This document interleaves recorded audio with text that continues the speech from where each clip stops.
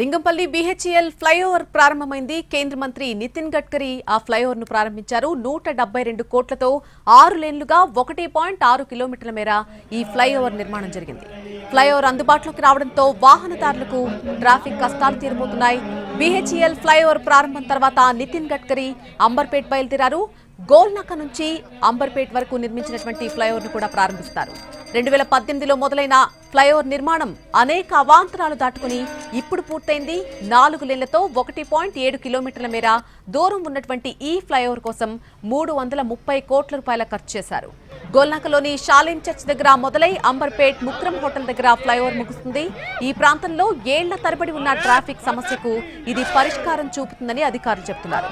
వరంగల్ నుంచి హైదరాబాద్ కు వచ్చే ప్రయాణికులకు ట్రాఫిక్ రద్దీని తగ్గించి ప్రయాణ సమయాన్ని తగ్గిస్తుంది. అంబర్పేట్ ఫ్లైఓవర్ ను ప్రారంభించిన అనంతరం నితిన్ గడ్కరీ 6 గంటలకు బహిరంగ సభలో పాల్గొంటారు. ఆ తర్వాత 7 గంటల సమయంలో బేగంపేట్ ఎయిర్పోర్ట్ నుంచి ఢిల్లీకి బయలుదేరతారు.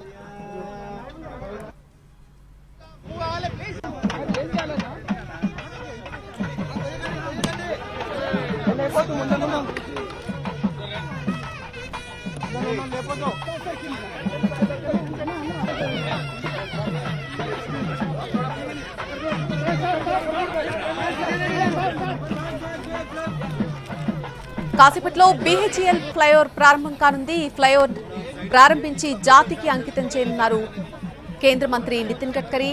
172 కోట్ల రూపాయల వ్యయంతో 6 లేన్లుగా 1.6 కిలోమీటర్ల మేర ఈ ఫ్లైఓవర్ నిర్మాణం జరిగింది. ఫ్లైఓవర్ పొడవున flyover of the man Nitin Gadkari అంటూ ఫ్లెక్సీలు వెలిసాయి. గతంలో జంక్షన్ లింగంపల్లి జంక్షన్ దాటాలంటే గనక అరగంటకి పైగా అక్కడ సమయం పట్టేది. ప్రస్తుతం ఈ ఫ్లైఓవర్ అందుబాటులోకి రావడంతో ట్రాఫిక్ కష్టాలు పూర్తిగా తీరబోతున్నాయి.